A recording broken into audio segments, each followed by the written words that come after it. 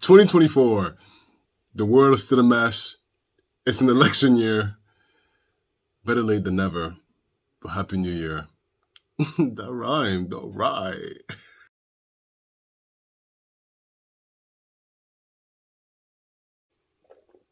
All right.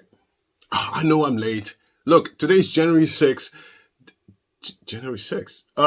Today's Saturday, January 6th. 9:20 a.m. Look, yeah, I know it's not January 1st, but Happy New Year. How was your holidays? What did you do during the holidays? I know I haven't seen or talked to you since December, to be very quite honest. Please, my story is very long. Just know that everybody is okay, alive, and well. I'll tell you a little bit about it later on in the video, but it was a very difficult December. Anyway, Happy New Year. First question, how's that? Let's start with that. What do you do for the holidays? What was your Christmas like? I know I'm late, but keep sharing if you want to share. What did we do for Christmas? For Christmas, we were all sick. We were all very sick. Anyway, I'm so happy to leave 2023 behind. It was a very good year. It was a very stressful year. And for many reasons, it was a very stressful year professionally. It was a very stressful year personally. It was a very stressful year all around, and I'm glad that it's over. Hey, you know what? I want to show you something. I know it's very random. By the way, just bear with me. I want to show you something. It's just sitting there in front of me. Hold on one second.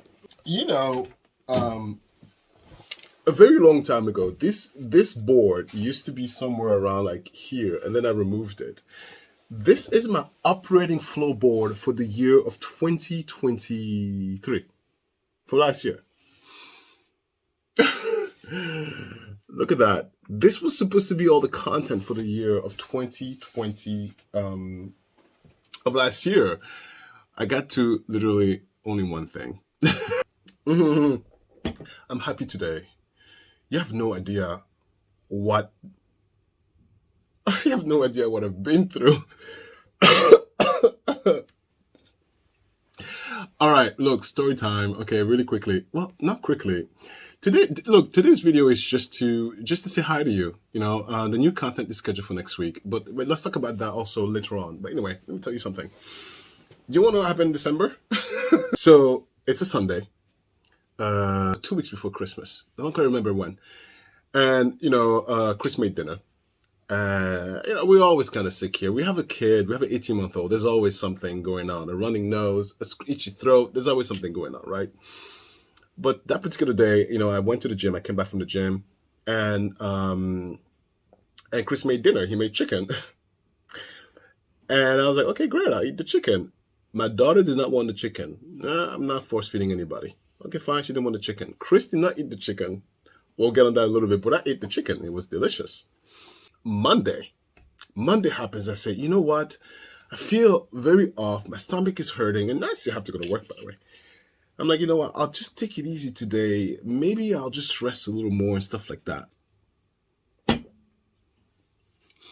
Monday night happens. I'm laying in bed still, trying my best to recover for Tuesday. Because I can't reschedule 2 days in a row. Do you want the contract to be canceled or you mind? As I'm laying in bed, all right, I get woken up by screams of Christopher. No. I'm not talking about like, ow, ow, ow. I'm talking about a grown man screaming of pain. Like, like screaming. And I'm thinking, oh my God, we're being murdered. I'm thinking, oh my God, someone's in the house and we're being killed. I swear, because it was like, someone is assaulting my man. And the first thing that got to my head, I was like, oh my God, I'm not well. And so the adrenaline pops up. Sorry, Chris. I was like, my baby, where's my daughter? I opened the door. I go to my daughter's bedroom. Forget the noise. I go straight to my daughter's bedroom. And I don't see her there. I'm like, ah! So there's panic. And he's still screaming. I'm like, what? Chris, what? Who's here? What's going on? What's happening? He's on the floor. My daughter's staring at her father. He's on the floor, fetal position, screaming. I go, Christopher, what is going on? What is happening? It's like, my stomach. I said, okay, all right. And I was not feeling well. I was like very nauseous. I was not well. And that's like middle of the night on Monday. And so I go, okay. I pick up the phone. I call my mother-in-law. She lives the closest to us, 20 minutes. I call my mother-in-law and I said, your son is not well. I have to take him to the ER, but someone has to come in here and watch the kid. So please come to the house and watch the kid while I take your son to the ER. I was in no shape to drive because I was also going through a health situation. And so I said to Christopher, I said, okay, look, I'll get the girl ready for bed. I want you guys to process this. I was not well because as I'm told Chris this, I just turned to the side and threw up because I was, I threw up. But pretend like nothing happens. There's a crisis in the house. 1, 2, 3, go. Process. There's a process to bedtime, right? You don't just flunk them on the bed. So I go, okay, look, don't worry about the noise. Daddy's fine. And, she's shocked and curious, and I take off her clothes. She had just eaten dinner, so I wash her face, I wash her hands. Oh no, don't look at that, baby, don't look at that. Yeah, I'm dizzy, I was sweating, I was nauseous, I was weak, but you gotta do what you gotta do. And I changed her diaper. She was so shocked. I think she was first time in her life, she was just like not complaining because she was like, what's happening in here? I said, look, my daughter, love you very much, but you're going to have to figure yourself out on the crib. See ya. As I go over now to Chris, and I see him, he's holding his right side here. So he's like on the floor, like, like holding his right side. And I'm a molecular biologist. Please, I went to school. I know exactly what that is. I was like, appendix? Why are you holding appendix? Could this be the appendix? And immediately went through my head. I was like, if his appendix burst, my husband has a few hours to live. Yeah. You want to get that looked at immediately. He was not dressed to go outside. And I was okay. So I go back to the room and I threw up like 6 or 7 times around the house, by the way. And I couldn't clean that up. Anyway, as I'm walking down the hallway, throwing up literally everywhere. And I grabbed the pants and I grabbed a jacket. I had to dress him up on the floor while trying to move him as least as possible because it was an excruciating pain. It's not advised. My mother-in-law was taking too long. So I was like, at this point, forget you, Mom. I'm calling 911. As I take the phone and about 9, she opens the door. I'm here. Oh, Mom. She lives 20 minutes away. She got there in 15. I was like, did you drive 100 miles an hour? What? Look, I didn't even care. It's like, oh, thank God. Okay. And I looked at my mother-in-law. I said, Mom, I'm not even in good shape to take him to the ER. I'm literally about to collapse. Can you please take your son to the ER? My mother-in-law said, yes, I can. Perfect. So I helped. By the way, I was like, it's freezing outside. I was wearing my underwear and no shirt, freezing to death. But you got to do what you got to do. So I helped pick up my husband to the car, and I said, please disappear, go to the ER. In my mind, I was like surgery because it's probably the appendix, and they're gonna go there, look at him, and do surgery. And and I was like, forget about the cleanup. As soon as they went back inside, I went back into the house and I went back to bed. The more I moved, the more I threw up. That's how it was. So as soon as when I stopped moving, that's when I stopped throwing up. Oh my God. Look, there's more to the story. Okay, this is just day 1. A few hours later, because I can't really rest, because in the back of my mind, I'm thinking, Is my husband okay? Is he even alive? Because Olympia, for some, oh, thank you. It's probably not him, but she was awake but quiet. It's almost like she knew, like, there's a crisis at home. Let me just be good. She was awake, but she kept silent, quiet. I pick up the phone. I call my mother-in-law, and I'm like, okay, give me the update. She says to me, they took him for whatever, and they do see something. She goes, no. They need a second opinion. I said, did the appendix burst? They go, they're not sure. It doesn't look like it, but it does look like there's something there. So I said, are they doing surgery? I said, no. I said, what? Are they sending you home? He's like, yes. I go, okay. Well, these are professionals, so they know more than me. They come home. Chris is still in pain, by the way. And I was like, what do you mean? They're not keeping him at the hospital? What is going on? And you know how I get. I'm a lawsuit person. Don't play with me. I will sue the hell out of you. And I was already like, you better hope my man does not die, because you're going to pay up. You won't be able to afford it. And I was, because he's still in pain. And so I was in motion. And of course, I resumed my throwing up. It was throw up everywhere. And so my mom goes, are you okay? And I go, I think I need to go to the ER. And I go to, and she sent me to the ER. As Chris is home with Olympia. It was terrible. Then Chris is home with Olympia. And I was like, Mom, this is so, like, look, drop me off and go back to Chris. And then come back, pick me up. My mom says, okay, yes. She drops me off and goes back to Christopher. I end up having food poisoning. And the last food I ate was Christopher's dinner.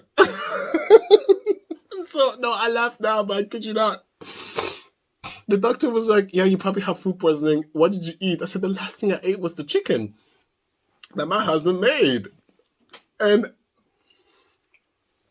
so my mom-in-law comes back to pick me up. And she was like, what do you have? I was like, I have food poisoning, Mom. She goes, food poisoning? I was like, did your son trying to kill me? Is he trying to get the life insurance policy early? She started laughing. No, of course not. Of course not. But, yeah, it was very odd. Long story short, I think the way I got it, I probably didn't wash my hands. I went to the gym, came back, probably didn't wash my hands, although I always wash my hands because I have a kid when I come back from the gym. But maybe I forgot. I don't remember. And I probably caught something in the process of just putting dinner in my mouth. And that was just Tuesday. Because then the sun comes up. Life doesn't give a crap. The sun comes up. I have my meetings, darling. And I go, oh my God, I haven't slept. And I just threw up. My husband is incapacitated. My daughter's about to wake up to go to daycare. Right? Because then it's Tuesday morning. Hello, the world. I came home and I said, Mom, can you cancel your plans? Because I cannot take care of my daughter today. I can't. She goes, yeah, I'll take her to daycare. Thank you. And about to throw up around the house? Please, there was no energy for that. I called the cleaning company.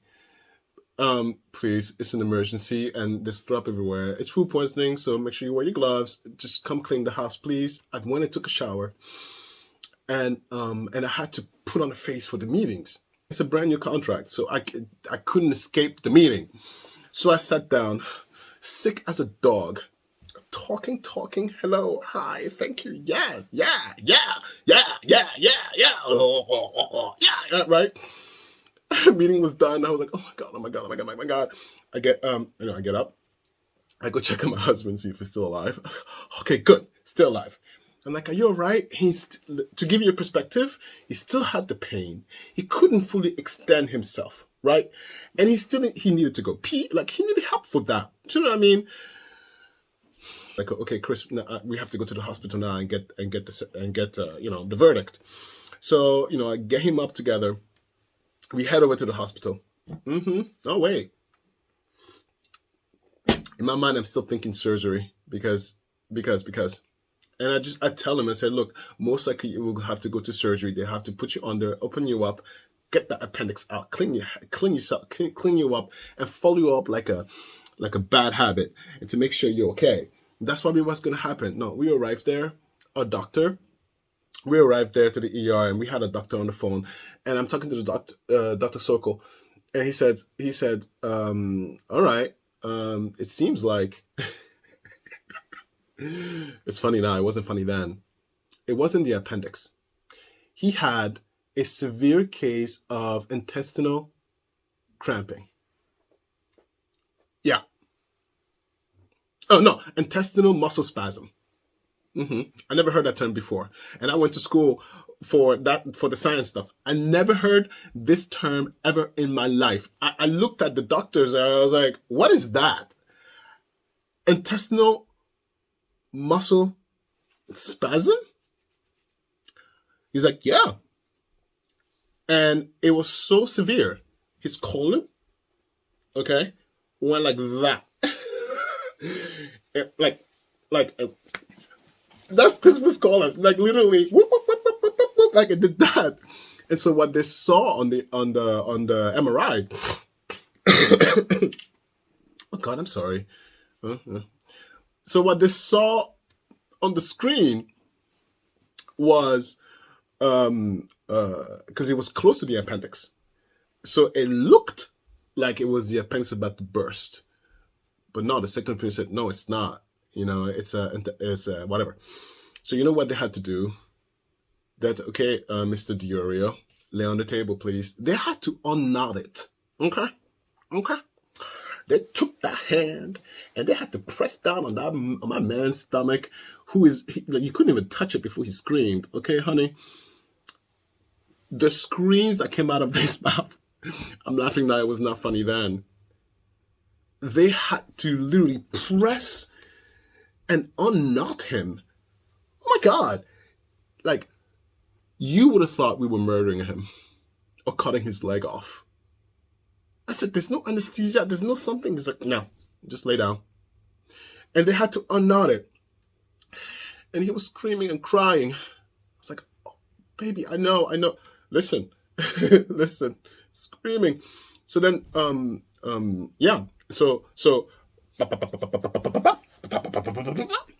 and then all of a sudden, he said, oh my God, stop. So they stopped. He's like, I gotta poop. And he ran to the bathroom. Listen, not ran, but like he was able to stand upright.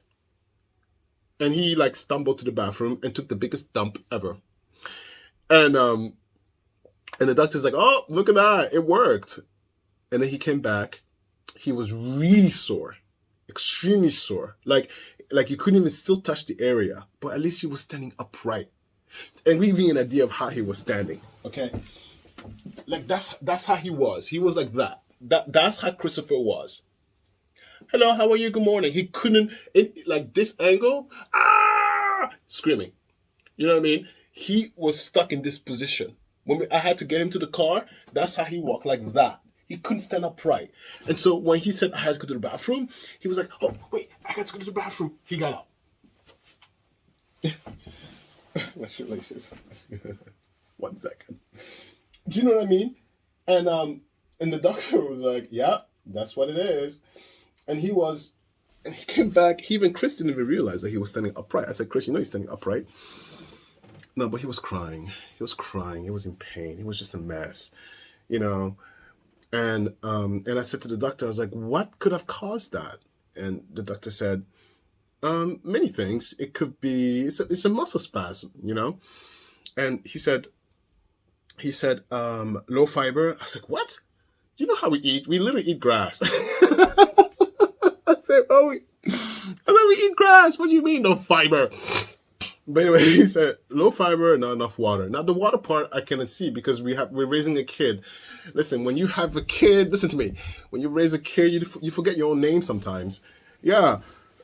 So maybe he forgot to drink water that past 2 days. Possible. There's many things I forgot to do. Anyway. Listen to me. Keep listening. So, that was Tuesday. I have to fast forward this, otherwise I'll be here all day. How do I summarize this?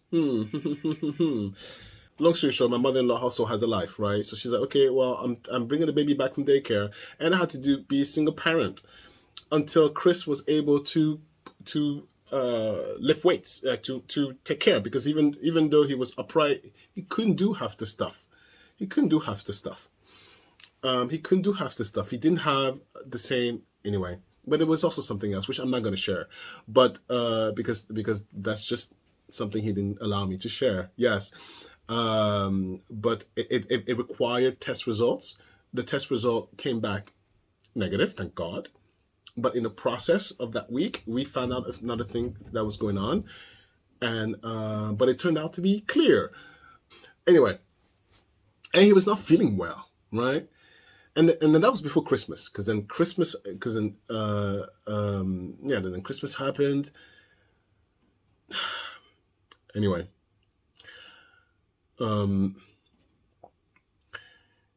that same week, as I'm mending and tending to a spouse who's not feeling 100%, and of course with the mental anguish, like, he doesn't feel good about it, dealing with 18 months old who wants her playtime, her papas. She needs to go to daycare. She needs to eat. She needs to be happy. She needs to be disciplined. She needs a parent. Okay, I have my own business and stuff to deal with. One of my tenants called me. She's like, "The basement is flooding. The basement is flooding." I said, "What?" "There's 3 inches of water in the basement." 4. I said, 4 inches? And it's a finished basement. 4 inches? 4? Is that 4? I don't freaking know. This much water in the basement? What do you mean? What is going? Oh, please. In the middle of it, and it's water. Now, forget fire. Fire is not as dangerous as water. Water will f you up, okay? I said, where is it coming from? So it was a water heater. The water heater is just gushing out water, okay? Gushing. I said, turn it off. Turn the water off. She's like, where? I'm like, go to the left, down the stairs, go right, go left. I had to direct her. She turned the water off. Honey, I said, how long has this been going on? She's like, just now, just today. I said, did you go to bed? What happened yesterday night? And she's like, no, yesterday night was fine. We woke up to it. It's like, okay,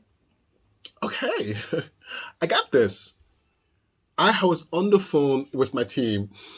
And so first of all, I called the plumber, part of my team. I said, listen, Darren, get in there ASAP today.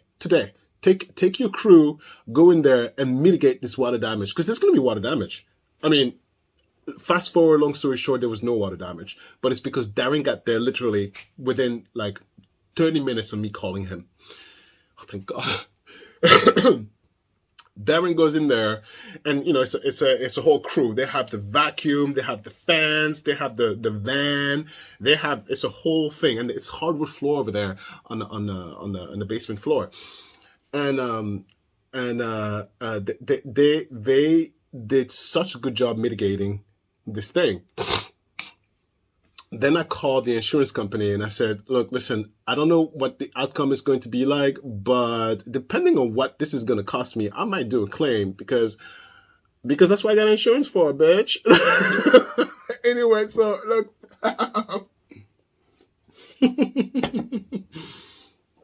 So no, my insurance representative was like, okay, no, I'll stand by. Yeah, of course.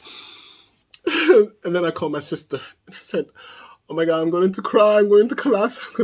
I can't take this, because it was one thing after another. I called my sister's like, what's going on? And I was like, this is what's been happening. And I couldn't tell Christopher because he's mending. And I'm trying, because the tenant, we have a good relationship. I have a good relationship with my tenants. Okay. And the tenant is scared. It's like what, my stuff? I was like, I know, but that's why you have renter's insurance. Please. I said, you have renter's insurance. Don't stress about it. Okay. But she was worried. Do we have to go to a hotel that night? I was like, well, that's the goal. The goal is not to make you sleep in a room where there's water in the basement, right? And then mold is another issue.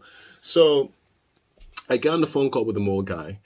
And I said, look, be on standby, all right? Because depending on what happens in the next few days, I might need you to come in here and make sure we don't get any issues. And I get also in contact with general contractor because the hardwood floor and water, right? Everybody please be on standby. And so when Darren finished his job, cleaned out the entire water. He did it in 1 hour. I said, Darren, you cleared 4 inches of water, 1,000 square foot surface basement in 1 hour? He's like, yeah. Like, how do you do it? He's like, open the door. And the bitch, look, because the basement has a door. He open. Oh, Darren, he opens the door and just flush everything out. I was like, oh, how dare you? I was like, because I was like, oh, so impressive. He's like, no, I just opened the door and pump the water out. But they have water vacuums. They could just suck the water out. And they dried everything, and they opened the doors. There's windows in the basement, and there's a door in the basement. They opened everything up. I said, how about the rodents? He's like, no, don't worry about it. They opened everything up, and they put on the fans for like a week to dry out. And it worked, because after I got the mold person come in to look to see if there was a mold problem, and there was no mold problem. And yeah, well, lucky us. But it was not fun when I had to manage that. Oh my God. Yeah. So for Christmas, we didn't do much. For Christmas, we went to my mother-in-law. I couldn't eat anything because I was not well still.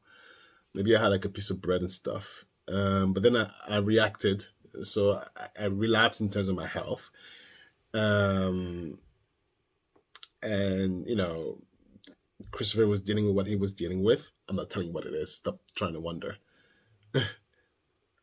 And as a family, it was very difficult waiting for the results. And then for New Year's, we spent it at my sister's in Pennsylvania. It was my mother, my sister, her kids, my brother-in-law, me, Chris, and Olympia. And we just spent New Year's there. We just stayed in the house and recovered. We slept a lot. And it was that was it. There was no drinking. There was no like Happy New Year. It was none of that. It was just family time and resting and just, I want to say, mending, more so like mending a mental ether. Like there was the month of December was so brutal that I don't think me and Chris had any intellectual capacity left. I'm so proud of me. Honestly, my sister said that to me, which was nice. But like I'm not a person. I don't require validation from others. I require validation from myself mainly.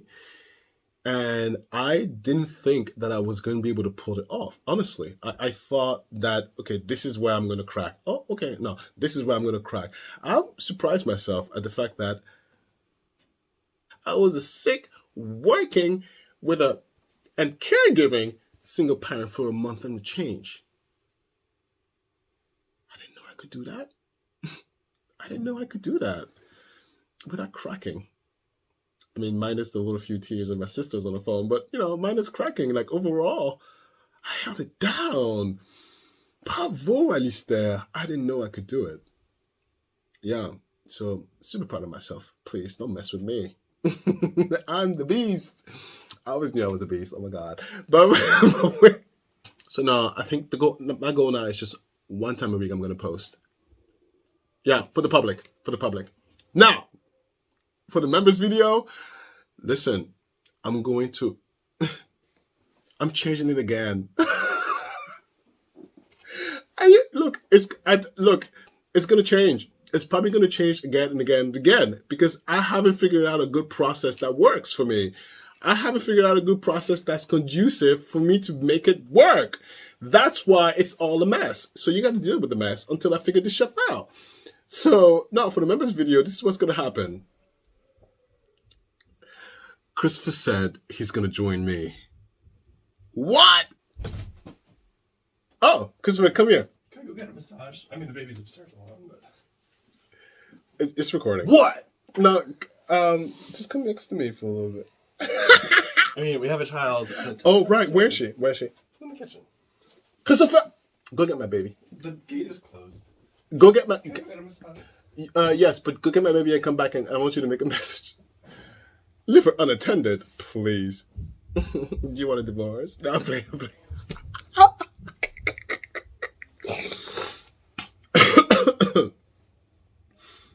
Yeah, I just heard him run upstairs. You better run. Grab my baby, leave her unattended. You know your mind. No, don't worry. She has 2 feet, and there's so many barriers up there. If anything, she's in a prison. Did you want snot all over her face? Oh. How, Olympia? So this is going to be for the public, by the way. You want to show her face? Okay. Okay. So I was just telling everybody, that Christopher volunteered to do this show with me, but only for the members. Christopher, why don't you share with them why you changed your mind? I was feeling like a generous husband. Oh, wait. Olympia, my baby. Do you know, Christopher, I told him the story with our stomach situation. Oh, yeah, what are we going to talk about? Oh, I'm distracted. So we're going to talk about topics, and I'm going to interview Christopher for his point of view, and I'm going to give you my point of view, and it's going to be 3 tiers. It's going to be impactors, kindred, and intimate, and every level is going to be, different level of intensity. Do you know what I mean? Time for her to destroy your office. Oh, that's marble, Chris. I know. I'm watching her. And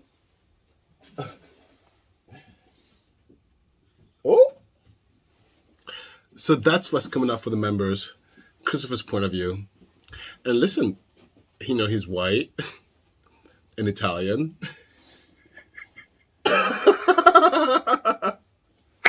Oh, my baby.